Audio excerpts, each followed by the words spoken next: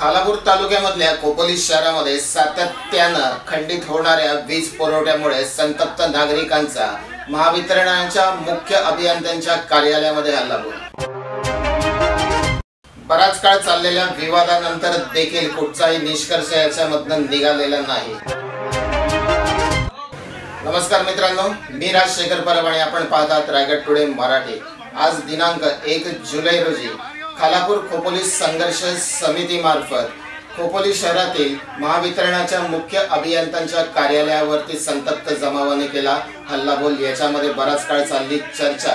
या चर्चेतनं कुठचाही मुद्दा जो आहे तो निष्पन्न झाला नाही, परंतु संतप्त नागरिकांचं असं म्हणणं होतं की गेल्या अनेक महिन्यांपासून खोपोली शहरामध्ये जो वीज पुरवठा खंडित होत आहे तो आता खोपोलीकरांच्या सहनशक्तीच्या बाहेर आहे आणि याच्यामुळे आज खोपोलीकरांचा उद्रेक झालेला आहे।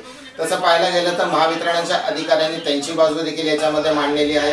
महावितरणाच्या अधिकाऱ्यांचं असं म्हणणं आहे की खोपोलीचं जे महावितरणाचं इन्फ्रास्ट्रक्चर जे आहे ते आता जुनं झालेलं आहे। खोपोली शहरामध्ये आता ग्राहकांची संख्या वाढलेली आहे आणि त्याच्या अनुषंगाने भार जो आहे तो विद्युत भार कमी पडत आहे आणि त्यामुळे या इन्फ्रास्ट्रक्चरला चेंज करणं म्हणजे याच्यामध्ये बदलाव करण्याची प्रोसेस सुरू आहे आणि त्यामुळे सातत्याने वीज पुरवठा जो तो खंडित केला जात आहे। अधिकाऱ्यांनी त्यांची बाजू मांडलेली आहे ती बरोबर आहे। त्याच्यामध्ये ते म्हणतात की जिथे एक फेडर होता तिथे 2 फेडर केले जाणार आहेत आणि आता सबस्टेशनचं देखील काम सुरू आहे। खोपोलीमध्ये 2 सबस्टेशन होतील आणि त्याच्यानंतर खोपोलीकरांना कधीही असे आताचा जो वीज पुरवठा खंडित केला जातो, खोपोलीकरांना अशा घटनांना सामोरं जाऊ लागू नये याच्यासाठीच हा प्रबंध केला जात आहे। तर थोडं नागरिकांनी समजून घ्यावं। परंतु नागरिकांचं असं म्हणणं आहे की ज्या वेळेला एखाद्या ग्राहकाचं वीज बिल थकीत असतं 1 किंवा 1.5 किंवा 2 महिन्याचं, त्यावेळेला कुठचीही पूर्वसूचना न देता महावितरणाचे अधिकारी ते सरळ त्याचा वीज पुरवठा खंडित करतात।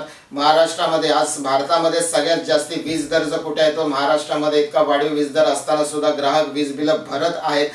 इतक्या वेळ विद्युत पुरवठा खंडित केला जात आहे, मात्र मीटरच्या बिलांमध्ये कुठचाही फरक पडत नाहीये। जर दिवसातनं 6-7 तास 8-8 तास जर लाईट जात असेल अनेक वेळेला तर वीज बिल नक्कीच कमी यायला पाहिजे। ते वीज बिल कुठेही कमी येत नाहीत आणि हा कुठेतरी एक जनतेचा रोष होता आणि तो रोष आज महावितरणाच्या अधिकाऱ्यांवरती खोपोलीच्या जनतेने काढलेला आहे। आपण जरा पाहूया थोडेसे कायदे आज की महावितरणाचे सुधारित वीज कायदा जो त्यामध्ये काय कायदे जे सर्वसामान्य नागरिकांना हे कायदे माहिती नसतात आणि याचाच फायदा कुठेतरी जो आहे तो महावितरणाचे अधिकारी घेत असतात। सगळ्यात पहिलं तर तुम्हाला हे लक्षात आलं पाहिजे की जर तुमचा वीज पुरवठा खंडित केलेला आहे तर तो खंडित करण्यापूर्वी तुम्हाला जर राहतं घर असेल तर 7 दिवस आधी लेखी सूचना तुम्हाला महावितरणाकडनं आली पाहिजे आणि त्याच्यानंतरच महावितरण जे आहे ते तुमचं वीज पुरवठा खंडित करू शकतं। परंतु महावितरणाकडनं असं केलं जात नाही। कुठचीही पूर्वकल्पना न देता वीज पुरवठा तो खंडित केला जातो। त्यानंतर सुधारित वीज कायद्यामध्ये दुसरा कायदा असा म्हणतोय की जर एखाद्या शहरामध्ये पूर्वकल्पना न देता 4 तासापेक्षा अधिक काळ जर वीज पुरवठा खंडित केला गेला तर दर तासाला 100 रुपये नुकसान भरपाई प्रत्येक वीज ग्राहकाला महावितरणाकडनं दिली जावी असा सुद्धा सुधारित वीज कायदा आहे। एवढंच नव्हे तर ह्याच्यापेक्षा व्यतिरिक्त अधिक जर तुमचं कुठचं नुकसान वीज पुरवठा खंडित झाल्यामुळे झालेलं असेल तर त्यासाठी तुम्ही क्लेम करू शकता असं देखील त्या कायद्यामध्ये म्हटलेलं आहे। तर चला मित्रांनो, आपण पाहूया आज महावितरणाच्या कार्यालयामध्ये नेमकं काय झालेलं आहे आणि लोकांचा आम्ही महावितरणाच्या अधिकाऱ्यांशी संवाद साधलेला आहे। त्याचबरोबर संघर्ष समितीच्या कार्यकर्त्यांबरोबर देखील संवाद साधलेला आहे। 8 दिवस आता जे बोलले ते लेखी तुमची आणि तुमचीच आहे। पब्लिक याच्यासाठी अधिकारी जेव्हा पोलीस तेव्हा अधिकारी पोलिसांकडे जातो। आता तर पोलीस स्टेशनला पत्र द्या असं झालं तर अधिकाऱ्याचे कपडे उतरून आम्ही गावात जातो। मी केस घ्यायला जाणार आमच्या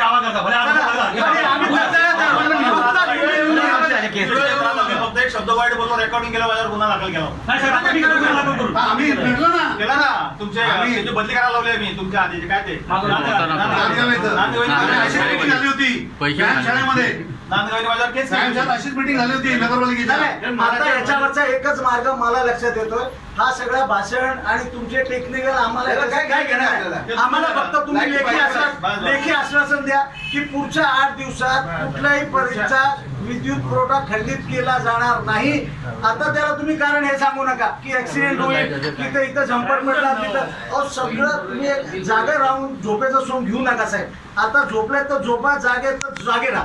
पण तुमच्याकडे काय होत आहे, तुम्ही जागे राहून झोपेचं सोंग घेताय. तुम्हाला माहिती आहे की या ठिकाणी हे होणार आहे, पण ते होणार आहे तर त्याच्या अगोदर का नाही रिपेअर केलं जात, त्याची वाट बघता.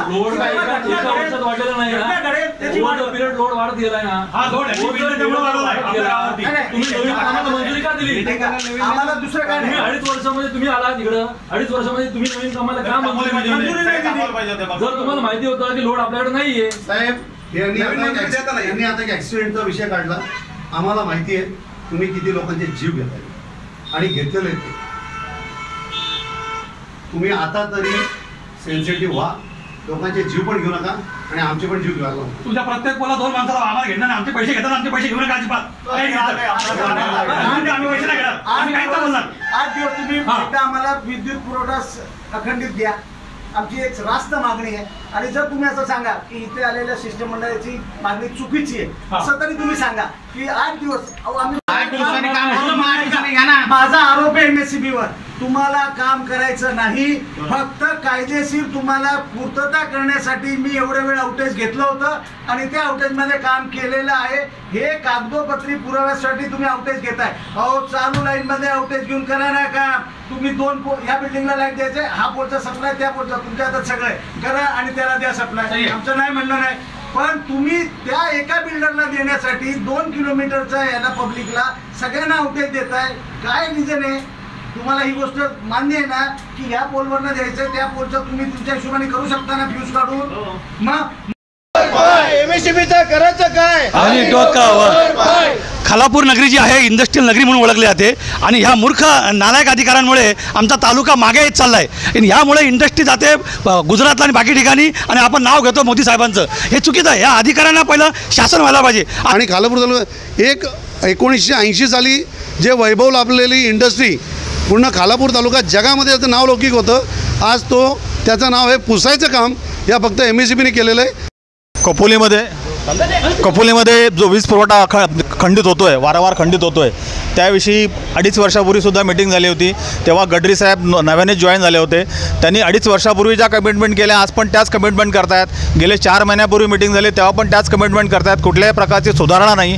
खाली ते मेन अधिकारी त्यांच्याशी आम्ही चर्चा केली, परंतु त्यांच्याशी चर्चा केल्यानंतर आम्हाला एकंदरीत लक्षात आलं की ते समर्पक असे उत्तर देऊ शकत नाही. त्यांचे मग अधिकार आहेत की नाही एक कळायला मार्ग नाही. ही खोपोली नगरी नसून ही खोपोली खालापूर अंधार नगरी झालेली आहे. काम करण्याची जिज्ञासा नाही किंवा काम करण्याची इच्छाशक्तीच नाही असे सगळ्यांच्या लक्षात आलेले आहे. आता अंततः सगळ्यांनी एकच त्यांच्याकडे मागणी केली की कमीत कमी 4 दिवस तुम्ही अखंडित वीज पुरवठा जर आम्हाला पुरवलात तर ठीक, अन्यथा तुमच्या तोंडाला या ठिकाणी MSCBच्या सगळ्या नागरिकांच्या आणि खालापूरच्या संघाच्या वतीने तुमच्या तोंडाला काळेपासून तुमची का धिंड काढू नये असा प्रश्नही त्यांना विचारला गेलेला आहे.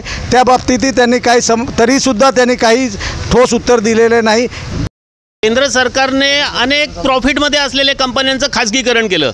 आमच्या सर्व जनतेची केंद्र सरकारला मागणी आहे की पहिल्यांदा या MSCBचं खाजगीकरण करा. ही एवढी घाणेरडी कंपनी आहे आणि नागरिकांना या कंपनीच्यामुळे म्हणजे मनस्ताप सोसावं लागत आहे. 1 जुलै 2024 रोजी खालापूर खोपोली तालुका संघर्ष समिती यांच्या समन्वयाने खोपोली शहरातील खूप काही नागरिक संतप्त अवस्थेत खोपोली महावितरण कार्यालयात आली होती. मागील काही त्याची पार्श्वभूमी म्हणजे मागील काही दिवसातल्या मोठमोठ्या वीज पुरवठा खंडित होण्याच्या घटना. त्यातल्या त्यात पर्टिक्युलरली जी शनिवारी घटना झाली ती खूप मोठ्या प्रमाणात झाली होती. त्या दिवशी क्रिकेटची मॅच पण होती. नागरिकांचा म्हणजे त्याबद्दलचा संताप एक स्वाभाविक घटना होती. तरी मी या निमित्ताने एक सांगू इच्छितो की महावितरणने लाँग टर्मसाठी RDC योजनेतनं जुने कंडक्टर बदली करणे, पोल बदली करणे, फीडर सेपरेट करणे इत्यादी कामे मोठ्या प्रमाणात काम सुरू करण्याचं काम हाती घेतलेलं आहे.